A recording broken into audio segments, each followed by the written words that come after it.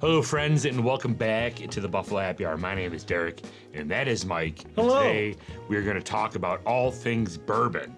What we're going to do is we're going to touch on the history of bourbon, what makes bourbon bourbon, some common questions that we get asked, our top recommended cocktails, and we're going to go over some different things at different proof points and price points for you all. Whether you're a seasoned bourbon enthusiast or a newbie that's just staring blankly at those shelves at a liquor store, you're in the right spot. So let's jump right into it.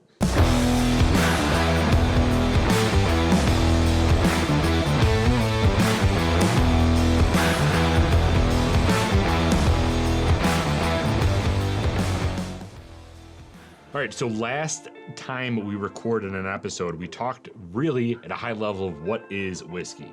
Whiskey really is described as any liquid that's made from cereal grains, distilled at less than 160 proof, is aged in an oak container, and is bottled at no less than 80 proof. So you may be asking, if that's whiskey, then what the hell is bourbon? So we're gonna dive into that right now. So Michael, go over some of the history and the boom of bourbon. Are we going all the way back to the settlers? We're all the way back to the settlers, bro. All right, all the way back to the settlers. They brought the distilling traditions from their homeland with them. Now, obviously being in the U.S., it's a little different regarding growing grain, so we used corn, and that is the staple behind all bourbon. So corn was easy to grow. It was one of the first crops cultivated by farmers. Not to get too deep into the weeds about, who was originally here and what happened to them. We're all immigrants. But moving on, corn is the focus. In order for new settlers to survive the mid to late 1700s, settlers needed to grow crops. And the surplus grains made beer. While beer was perishable and got gross pretty quick, corn and whiskey did not.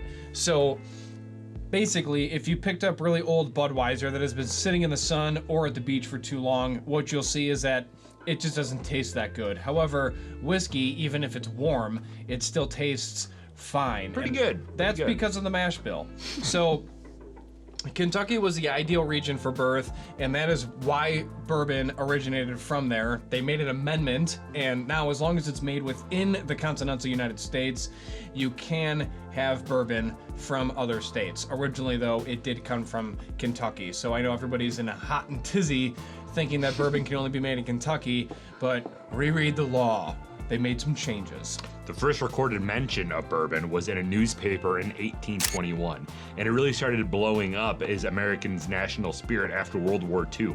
A lot of the distilleries at the time were making distilled spirits, but they had to transition to making industrial products to support the war, such as making jeeps, manufacturing jeeps, producing naval shells, and also hand grenades. Once the war has ended, the bourbon international market share grew at an exponential rate, and the U.S. Congress declared bourbon at that time a, quote, distinctive spirit of the United States. So if you want to know a history of the entire history of bourbon and how it got started before that brief little introduction, let us know and we can do an entire episode on that. Bourbon is 6 different requirements as defined by Title 27 of the U.S. Code of Federal Regulations. These requirements were then acknowledged by U.S. Congress in May 5th of 1964. These requirements that were acknowledged on that day declared bourbon a, quote, distinctive spirit of the United States and cannot be replicated in Europe.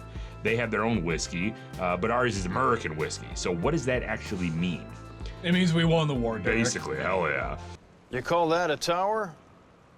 Try the Sears Tower, friend. So bourbon, under this Title 27, being a unique spirit of the United States, has to be made in the United States. It's an easy one because America, that's how we live over here. We won the war, our spirit is better, supposedly. It also has to be 51% corn or greater. It has to be distilled at 160 proof or below.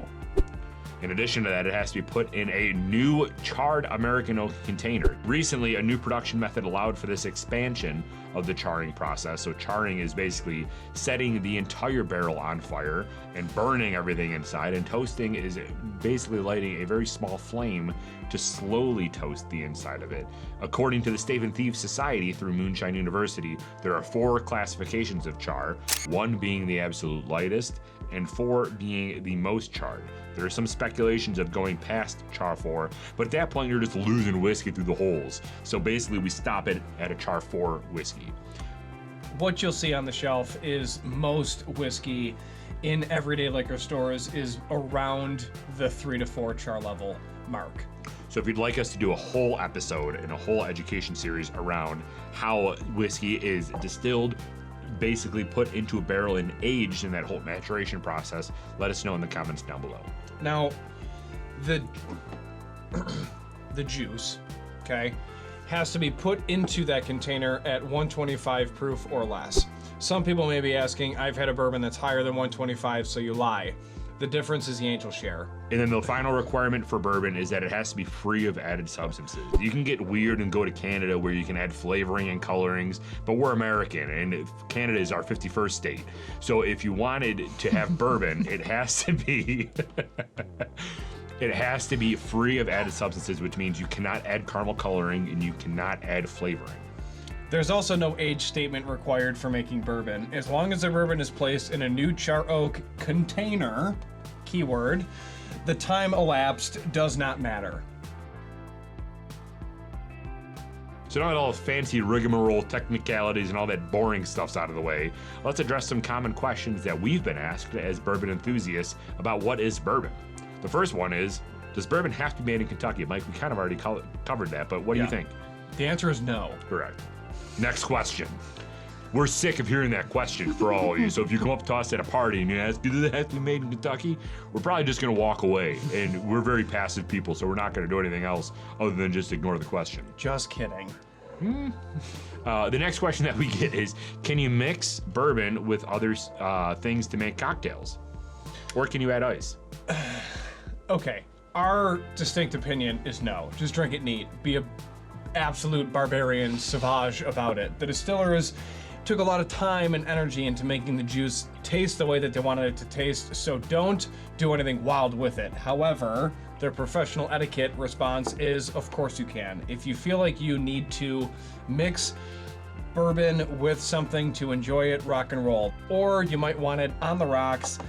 If you need some speed bumps, as we like to call them, with some ice in the glass, that's fine. Dilutes it a little bit, mellows it out. If that burn is starting to really bother you. Now, next question is all whiskey bourbon. And now at this point, I don't even think you listened to us because we've already covered this in a previous episode.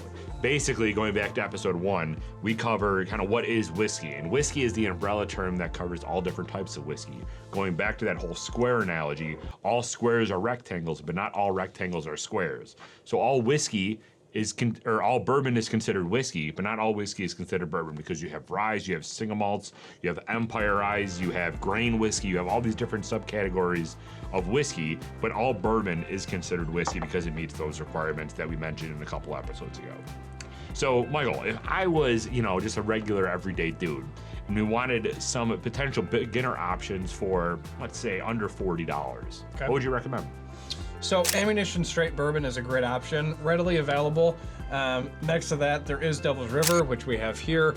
Devil's River is fantastic just because they're gonna provide you a totally different taste just because of where it's made. Now let's say you got a little bit more money to spend, like probably around 60 bones. What I would personally recommend is Michter's if you're a real big fan of Kentucky whiskey.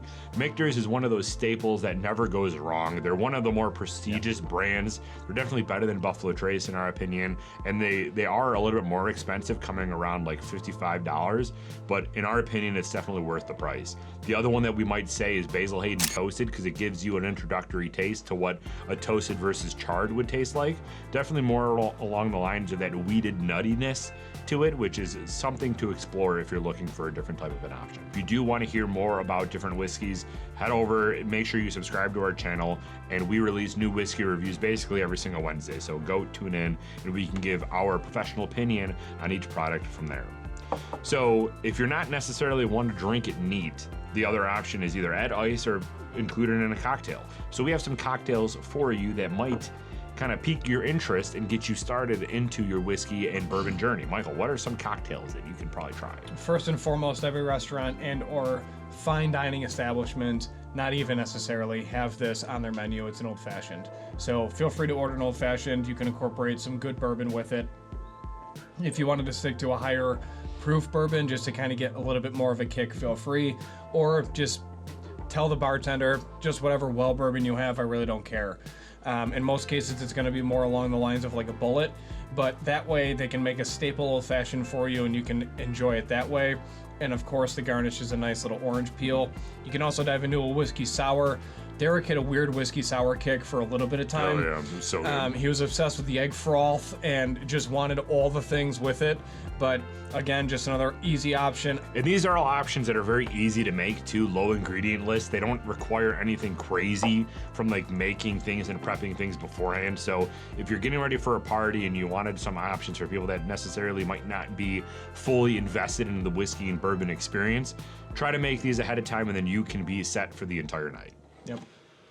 So that about sums it up. Hopefully you learned a little bit about bourbon today. If you want us to go to any aspects that we talked about in a little bit more detail, let us know in the comments down below, because we're trying to make these kind of on a monthly schedule. Sometimes we may miss some, sometimes we might post a little bit more than we would like. But if there's any topics that you would like us to go into specifically, feel free to let us know in the comments down below.